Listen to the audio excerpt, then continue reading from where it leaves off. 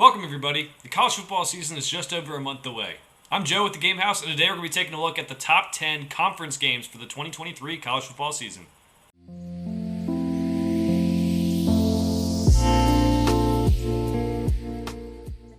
All right, as mentioned, we're going through the top 10 conference games. Our last video was top 10 non-conference games, so go check that out if you're interested. Lots of big rivalries in this one, lots of big games that could decide conference championship and maybe CFP teams at the end of the day. So let's get it started. Kansas State at Texas. Kansas State played a tough game last year, but Texas won 34-27. Might be like one of the last time these two teams play, at least on a regular basis, because Texas is going to the Big 12. So these teams looking to get back to the Big 12 championship. Kansas State returns 12 starters from that team. Will Howard, the quarterback of Kansas State, got a lot of good play in last year. The offensive line's returning in front of him, gives him a lot of potential. And Chris Lyman has really been great at developing talent, so that defense should be able to come along. Texas has great skill position players. Quinn Ewers at quarterback was great when he was healthy last year. They obviously almost beat Alabama, even after he got hurt. So they need to replace the running backs and also make sure the defense can improve a little bit. But I think this team has potential to win the Big 12 championship. They're picked by a lot of people.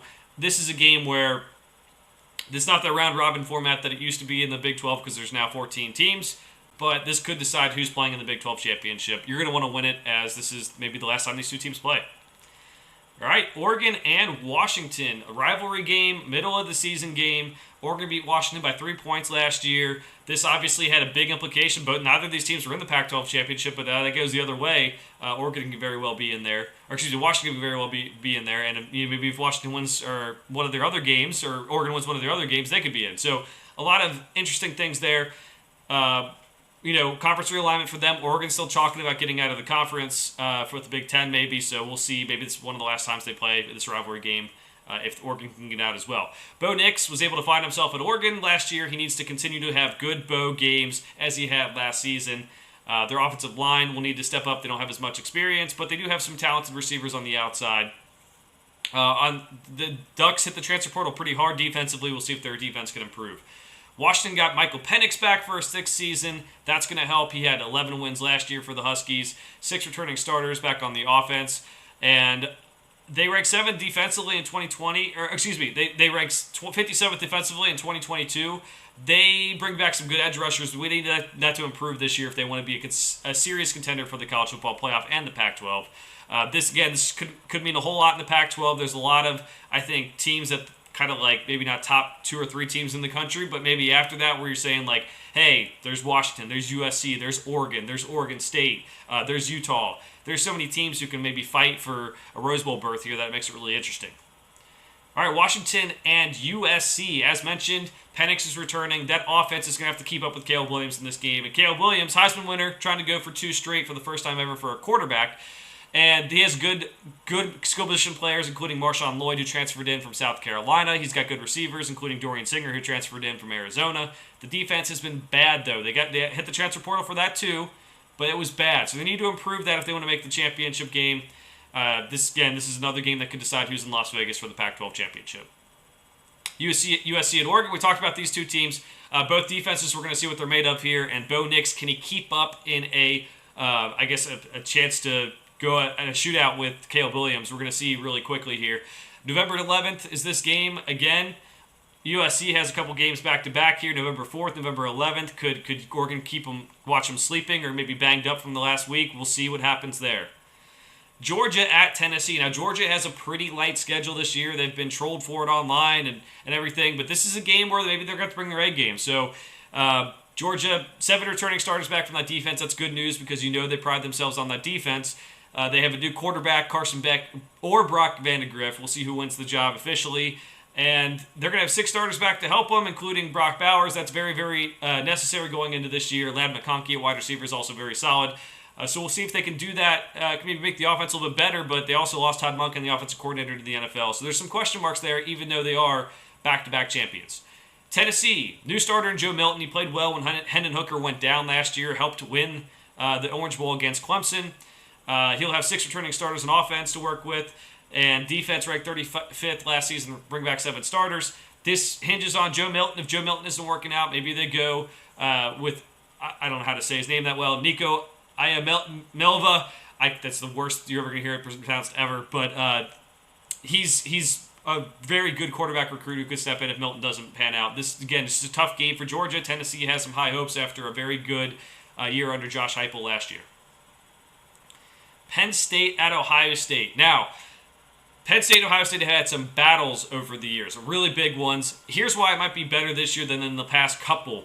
Penn State brings back 6 starters on offense, with the stars being left tackle Olu Fashanu and running back Nick Singleton. For the offense to really improve, though, they're going to need Drew Allard to step up at quarterback. Very highly rated prospect.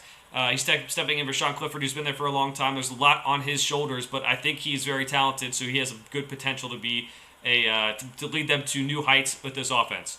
Defensively, 7 starters are back. Chop Robinson joins them as a great edge rusher, transferred in from Maryland. If they won 11 games last season, they might be able to do a little bit better, and if that means they do better, that means that maybe Michigan or Ohio State does worse.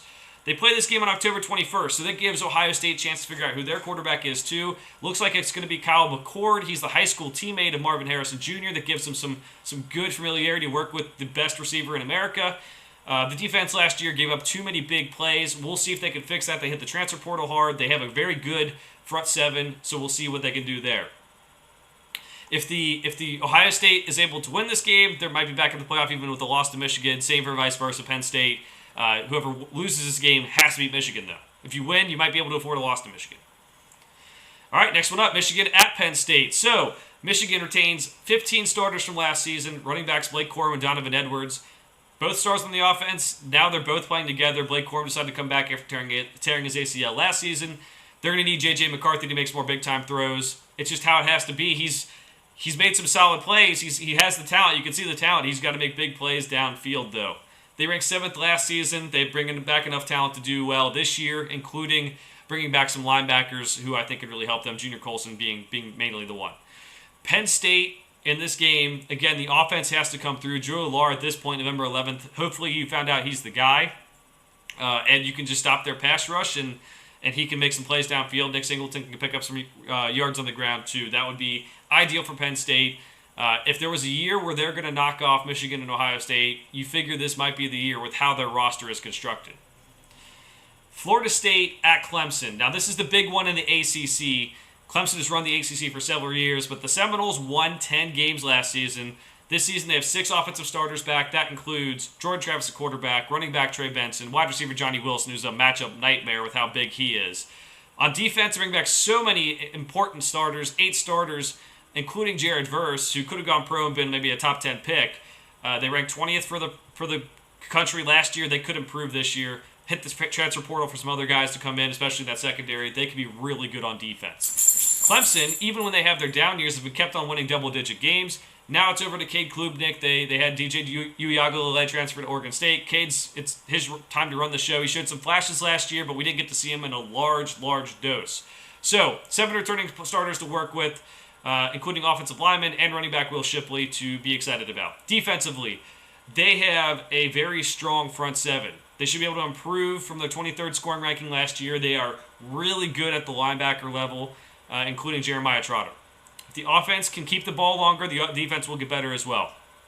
Last season, Clemson won by 6. This year, Florida State could win, could change things up in the ACC. This could have a lot to say about the college football playoff picture, and it's a game that's earlier in the season on September 23rd.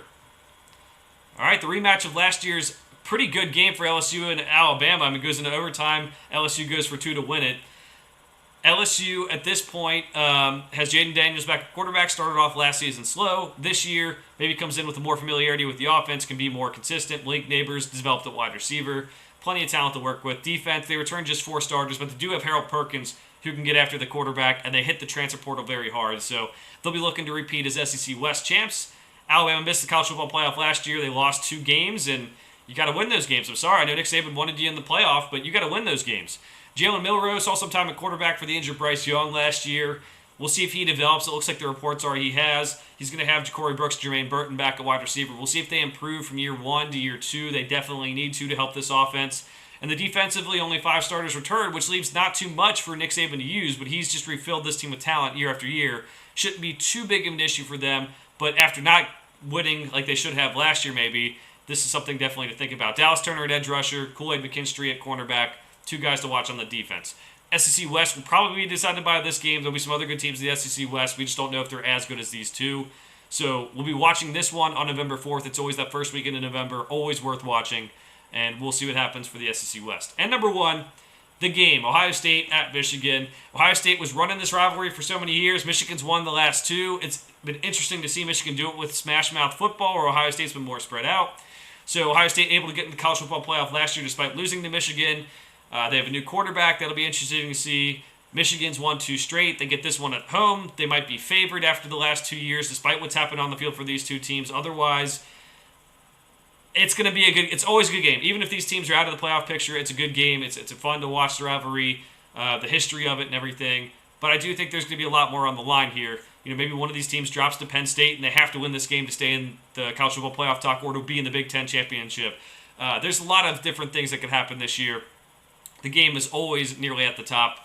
As you'll see, there's no Iron Bowl in this one. Great rivalry game. I don't know what we're expecting in that game. Might be a blowout. This game has been good the last several years. Michigan was able to run away with it in the fourth quarter because they had some big plays. But it's been very shocking to see Ohio State not be able to win these games. We'll see what they can do this year. So those are the top 10 conference games for me. Let me know if I missed any in the comments below. College football season's coming up. For now, thanks for watching. We'll see you guys next time.